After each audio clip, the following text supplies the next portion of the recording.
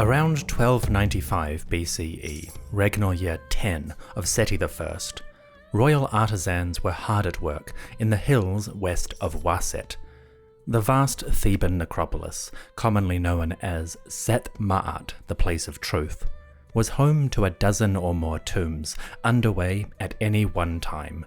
There was the monument of the pharaoh himself in the Valley of the Kings, and also the tombs of high-ranking courtiers and officials which lined the foothills near the Nile.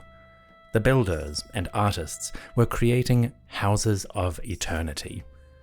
Meanwhile, another valley was receiving serious attention. Today, we know it as the Valley of the Queens.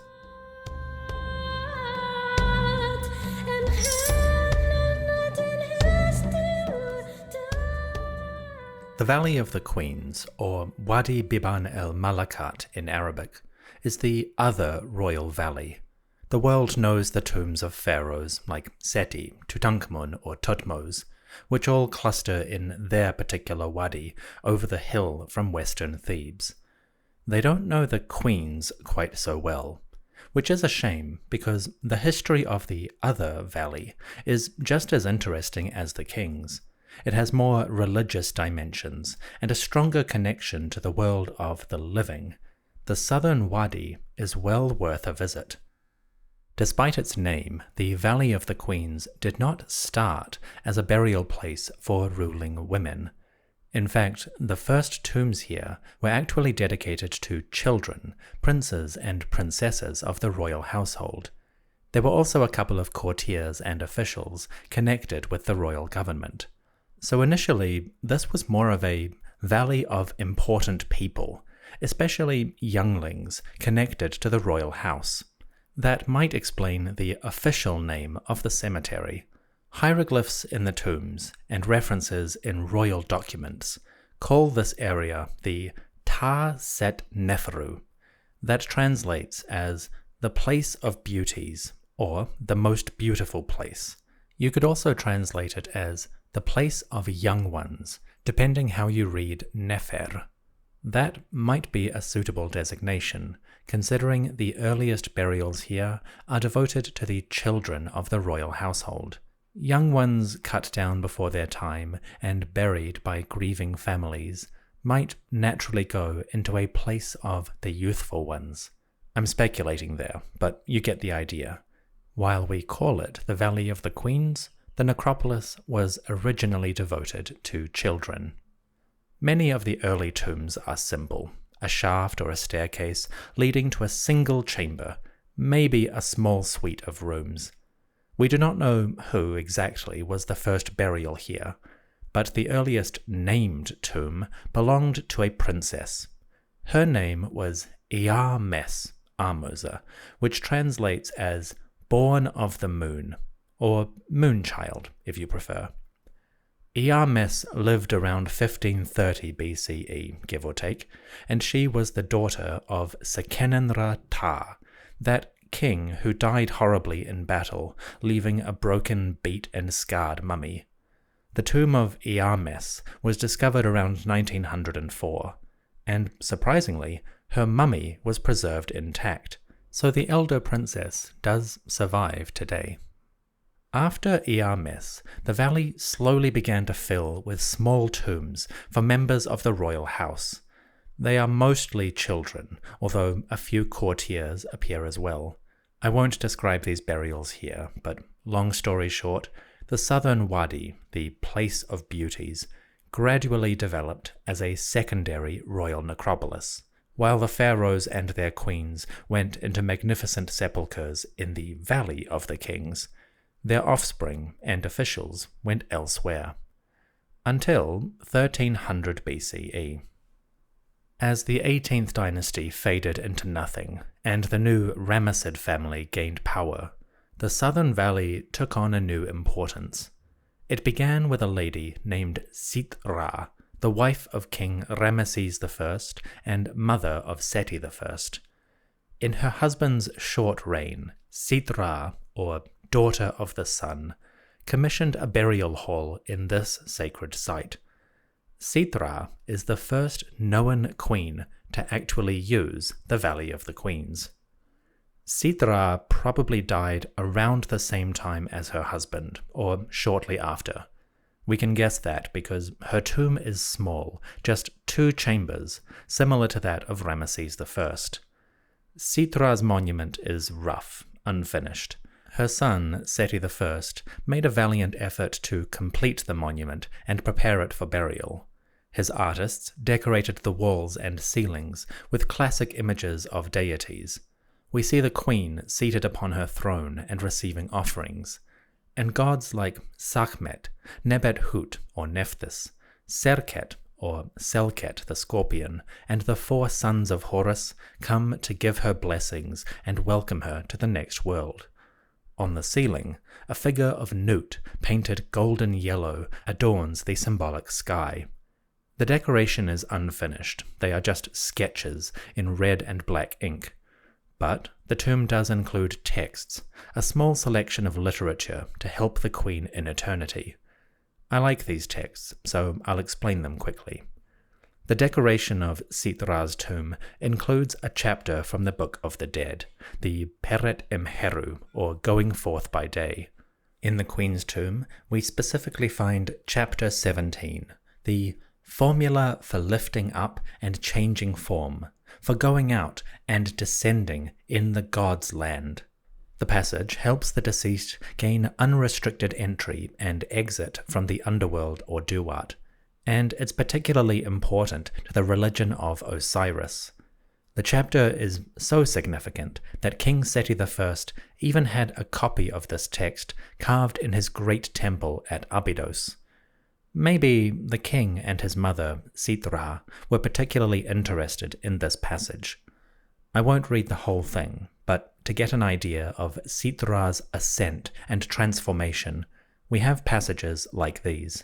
Quote, "Formulae for ascending and transforming, for going out and descending in the God's land, being transformed in the beautiful west, for going out by day, and taking any form that she, the deceased, desires to take, playing the Senet board game, sitting in the pavilion or tent, going out as a living bar soul, by the king's great wife and the king's mother, Sitra, the revered one. This is effective for the one who does it on earth. The words come to pass. I am the great God who comes to be of himself. What is that? It is water, Nun, the father of the gods. It is Ra creating his names long before the gods. What is that? It is Ra creating the name of his limbs. It is when those gods, in the entourage of Ra, came into being. I proceed on the road that is known to me, beside the lake of the true ones, or the righteous. What is that? It is Rosetchau, with the southern gate in Narif and the northern gate in the mound of Osiris. The lake of the true ones is in Abju, or Abydos. It is the road on which Atum has proceeded, in his journey to the field of reeds." End quote. Passages like these help guide the deceased into the next world. They include references to the greatest and oldest of gods, like Nun, the infinite waters, from which the creator, Ra, emerged, and from which all reality descends. They also reference Abju, or Abydos, the sacred land of Usir, Osiris, and his burial place. They mention Atum, another form of the creator, and his journey in Iaru, the blessed realm known as the Field of Reeds. Apparently, Queen Sitra was going to an ancient and most pleasant land. One feature of this text that is quite significant is a mythological reference. In our most recent episode, number 201, we explored a text that appears in the tomb of Seti himself. It is called the Book of the Sky Cow, and it describes why the sun god Ra withdrew into the sky, lifted up by Shu, the air, to rule from a distance. Well, in this chapter of the Book of the Dead, we get that same situation described from another perspective. The book says, quote, "Mine is all in existence, being alone in Nun, the infinite waters. I am Ra in his rising, when he began the rain that he made. What is that? It is Ra when he began the period of rule that he exercised. That is, when Ra began to arise in kingship. He did this when there were yet to be created the supports of Shu, which are above the high ground that is in Chemenu, or Hermopolis. It is when the children of the rebel were given to the god, on the same high ground which is in Chemenu.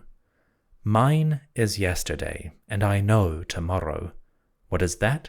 Yesterday is Osiris, tomorrow is Ra, on that day in which the rebels against the Lord of all are slaughtered, and when the sun, Horus, is made the sovereign." End quote. The references to human rebellion and to the period of Ra's rule come from the same story as the Book of the Sky Cow. They describe it in slightly different terms. This is more of a prayer rather than a narrative or story. But we have the basics. A description that Ra exercised kingship, and that the rebels against him were slaughtered, and Ra's subsequent withdrawal lifted up by Shu, the heir. So it seems like these ideas, the story of rebellion against Ra, were quite popular with the royals around 1300 BCE. It was so prominent that Sety I himself had the story carved in his tomb, and Queen Sitra, his mother, had references to it in hers. When Sety took Sitra to her eternal rest, he filled her tomb with the traditional furnishings. When archaeologists opened that tomb, they found fragments of a sarcophagus, piles of pottery, and bits of linen, stone, and wood, which probably came from shrines or caskets for the queen. Alas, most of Sitra's treasure, along with her mummy, are now lost. But those shattered scraps remained, testifying to the Queen Mother's burial. We'll say farewell to her with another excerpt from Book of the Dead, chapter 17. Quote, "I reach the land of the horizon dwellers, the deceased. I go forth from the sacred gate. What is that? It is the marsh of reeds that generates offerings of all the gods around the shrines. And that sacred gate is the gate of the supports of Shu, the heir. It is the gate of the Duat, or underworld. It is the double doorway which Atum passes when he passes to the eastern horizon of the sky." End quote. With the burial of Sitra, the Valley of the Queens actually became a valley for queens. And following her interment, royal tombs would begin to proliferate, giving new prominence and significance to the valley. With the passing of Sitra, the role of Supreme Lady fell to Sety's wife. Her name was Tuya. Tuya was a noble woman, descended from a high-ranking military family. Chronologically, she must have married Sety about 15 years earlier, during the later reign of Horemheb. In other words, the pair united before Sety and his father Ramesses ascended to royal power. So it was a private union made between two prominent families. Tuya came from a military clan. Her father was a bigwig in the armed forces, a commander of chariots named Ruya. Ruya might have been an army colleague of Sety, or perhaps his father Ramesses, in the years before that family gained power. The union could have been a love match, but it might have been a political alliance, connecting two prominent families of similar background. Alas, on the current evidence, we can only speculate about Sety and Tuya's feelings. Tuya might have been a bit younger than Sety. We don't have her mummy, but the queen outlived her husband by more than 2 decades. That is not unusual for humans, but it might indicate an age gap of a few years. But I'm just speculating there. As queen, Tuya is almost invisible. Sety did not promote her on monuments or art, and she only became prominent after his death, during the reign of her son. That seems to be a pattern with the 19th dynasty rulers. The reigning queen is usually in the background, but the Queen Mother is quite significant. There might be political or religious reasons for that. The mother is the one who successfully ensured the family's continuity by birthing a son. By contrast, the reigning queen, like Tuya, had not yet earned that badge. Her son had not inherited power or become Horus. It's a complicated subject that we're going to get many chances to explore in the long reign of Ramesses II. For now, we can say that Tuya married Sety before they both became rulers. And during her husband's reign, the queen was a background figure, at least in the art and monuments. Once her son came to the throne, Tuya's status rose considerably. We'll see her again. While she may not have been prominent, Sety did give his wife a magnificent tomb. Tuya's monument is located on the west side of the valley, about halfway along from the entrance. The design of this grave is quite interesting. When people visit the Valley of the Queens, they usually go there for one tomb in particular, the tomb of Nefertari, the wife of Ramesses II, that is, the daughter-in-law of Queen Tuya. Nefertari's tomb is a masterpiece, one of the most beautiful and best conserved monuments in all Egypt. Well, the tomb of Queen Tuya is right next door to Nefertari's, and it's kind of a prototype for the later monument. The two share a remarkably similar design, a staircase leading to a waiting room, and then a second stairway descending to a burial chamber. The burial hall has 4 pillars and a space for the sarcophagus in the center. On the edges, smaller chambers branch off from the main rooms. They do have slight differences in their layout, but put them side by side in an architectural plan, and you might have difficulty distinguishing them. Unfortunately, the art of Tuya's monument is a totally different story, in the sense that Tuya's tomb has no art. The monument was severely damaged by floods over centuries and millennia. The plaster crumbled into ruin, the paint was lost to moisture and decay. This was the case with most of the tombs in this particular valley. The floodwaters, dropped by rain, destroyed their decoration. It's one of the reasons why the monument of Nefertari is so remarkable. By sheer dumb luck, that tomb avoided destruction. Alas, Nefertari's mother-in-law Tuya was not quite so fortunate. Like the other queens, including Sitra before her, only a few fragments of Tuya's burial remain.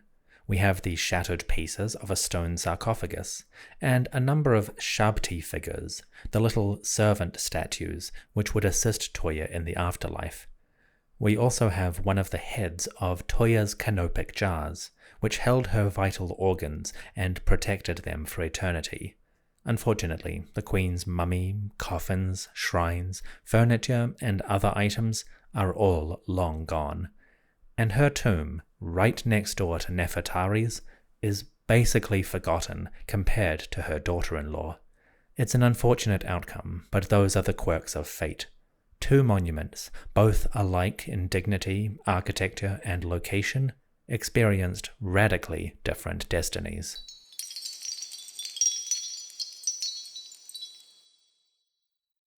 The tombs of Sitra and Tuya are the first 2 in the Valley of the Queens that actually belong to queens.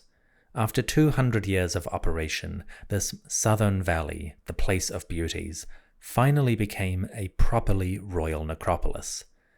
After that, its role would continue to expand. In the days of Ramesses II, the royal artisans built numerous tombs for the wives and daughters of that long-lived pharaoh.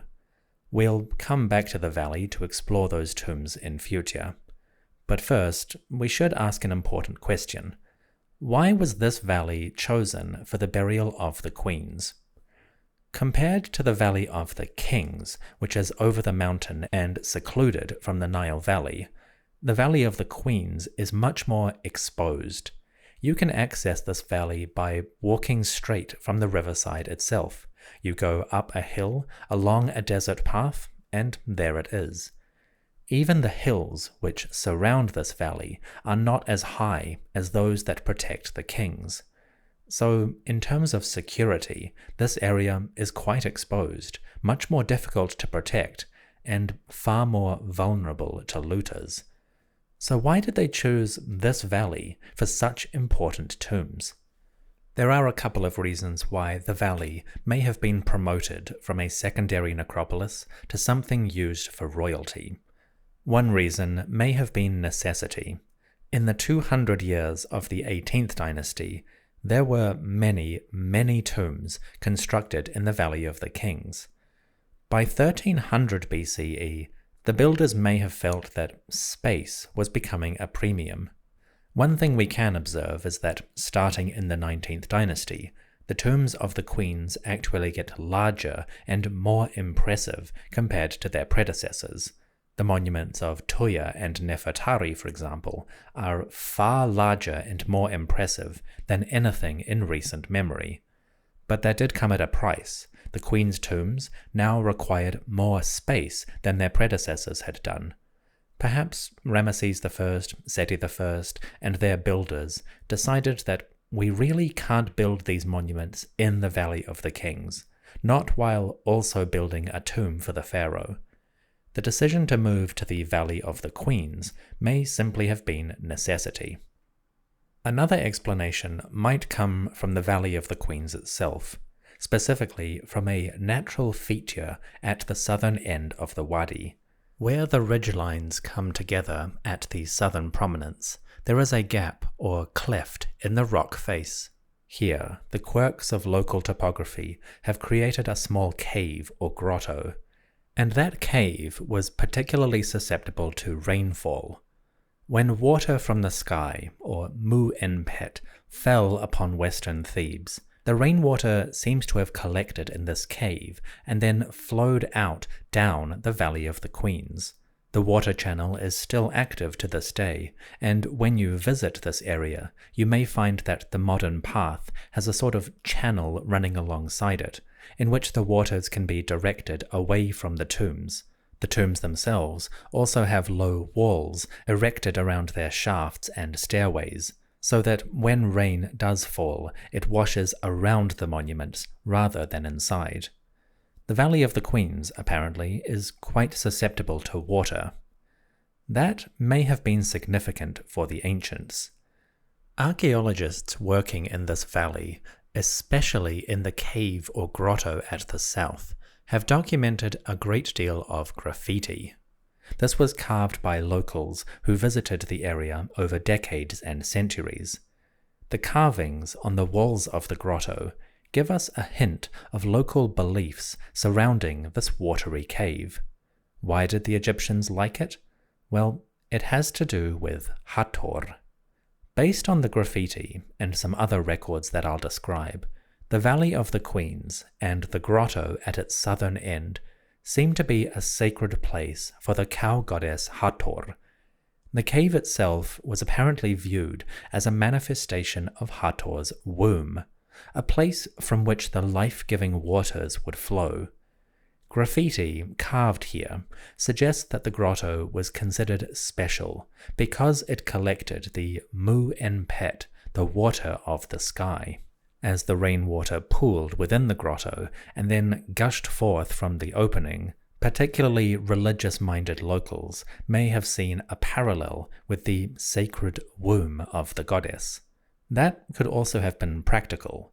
The rainwater collecting within the grotto may have stimulated growth or fertility, encouraging plants to grow, at least during the wet season. Put that together with an ancient mindset that sees religious power in the phenomena of nature and great significance in the local natural landscape, and we might have an idea why the Valley of the Queens was chosen. Despite its proximity to the world of the living, its relative exposure, and the difficulties of securing it, this area may have been religiously significant. A place in which the power of the goddess, the avatar of motherhood and feminine fertility, manifested visibly. That connection may sound far-fetched to the skeptical among you, but we do have written and artistic evidence for it. Beside the tombs that I have mentioned so far, the monuments of Sitra and Tuya, there are other monuments that date roughly to this period. One of these tombs is anonymous. The name of the owner does not survive within the burial, but the grave is richly decorated, and the artistic style is quite similar to the monuments of Sitra and Nefertari, so it seems to be early 19th dynasty, around 1300 BCE. This anonymous tomb might belong to a queen, perhaps a secondary wife of Ramesses I or Sety I, someone we don't have records for, but who may have been part of the royal house. This tomb is noteworthy because it includes artistic images of the Western Mountain. On the walls of the burial chamber, the artists have painted a series of red folds that curve down from left to right. The folds are dotted with white and seem to represent the red stone of the Western Mountain. That connection is emphasized by a hieroglyph emblem that appears in front of the mountain, an emblem that represents Imentet, the west. So this tomb is carved in the Western Mountain. And that is significant because in the very next scene, we have an image of Hathor. Just next to the Western Mountain, another painted scene shows a golden cow. She is standing aboard a boat, a bark, and there is a shrine just behind her. The cow has long horns that curve upward, with a sun disk and 2 feathers in between. At the front of her brow, the cow even wears a serpent, a uraeus, that denotes royalty and protects her from any threat.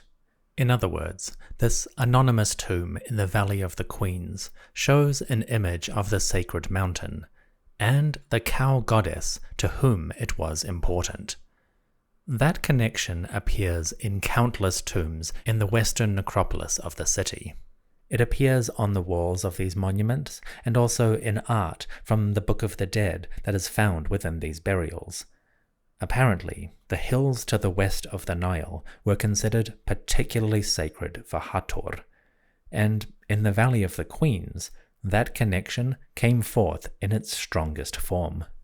The link between the Valley of the Queens and the great goddess Hathor is driven home by a stela created by a local about 100 years after Sety I. The tale belongs to the 20th dynasty rather than the 19th, but it's quite evocative, and it gives us an insight to the mindset of these people regarding the Valley of the Queens. We can look at art and images of Hathor, or we can look at the cave or grotto, but when we want to get into their mind, there's nothing like a text.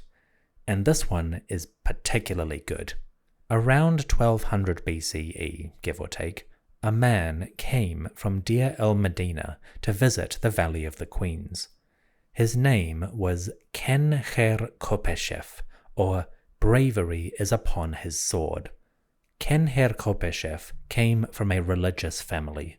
His mother was a priestess, or Shemite singer, for the god Amun, and Ken-Her-Kopeshef was a priest for that deity, whom he called Amun, Lord of the Happy Encounter, which sounds like a fun time.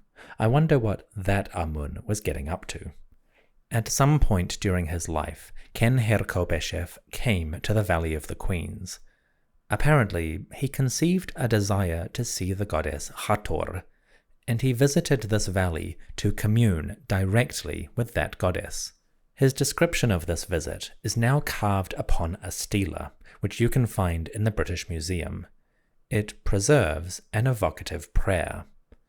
Quote, "Giving praise to your spirit, O Hathor, mistress of the west, lady of the sky, ruling lady of all the gods, paying homage to your name. I, Ken-Her-Kopeshef, am a soul in the presence of his Lord, born in this open court, the avenue of Geseret. I have eaten of the festival bread alongside the great and glorious ones. I have strolled in the Place of Beauty, the Valley of the Queens, and I have spent the night in your open court. I have drunk the water that comes forth in the open court, that is, the grotto, and you took my reeds and my lotus flower in the open court of Ptah. My body has spent the night in the shadow of your face, O Hathor, when I lay in your open courtyard. I made a stela in the temple beside the lords of the sacred land. It is made for the spirit of the Excellent One, the reliable man who fashions the images of all the gods, the servant in the place of truth, Ken-Her-Kopeshef, who is justified in eternity. End quote. Ken-Her-Kopeshef spent a night in the Valley of the Queens, sleeping beneath the stars in the shadow of Hathor's grotto. He drank from the rainwater that pooled outside that cave, and he made offerings to the gods who dwell in the west. He seemed to view this as a special place where great deities like Hathor or Ptah were more present and visible, and where the souls of the deceased could be communicated with. And that, perhaps, gives us a clue to why the Valley of the Queens was chosen as such a prominent cemetery. Exposed to the elements and easily accessible from the Nile, this wadi should have been a minor cemetery at best. But starting with Ramesses and Sety I, the area took on a new importance. And as rainwaters emerged from the cave of Hathor, the desert valley became a place of beauty.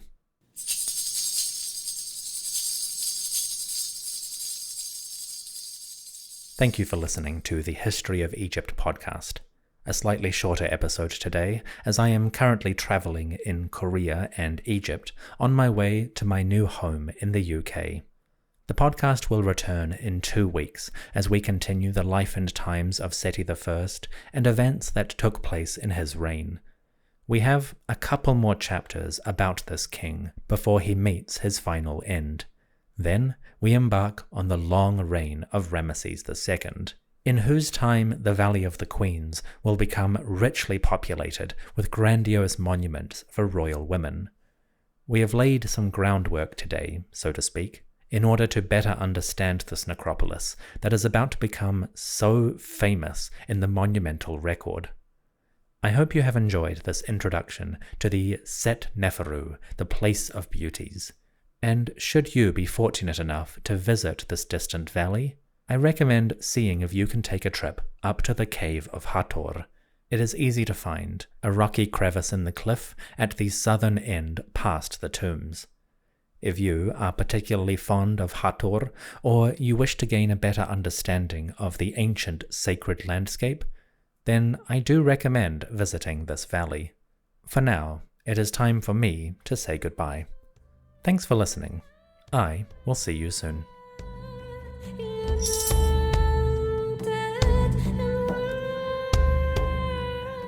The History of Egypt podcast is supported by you, the listeners.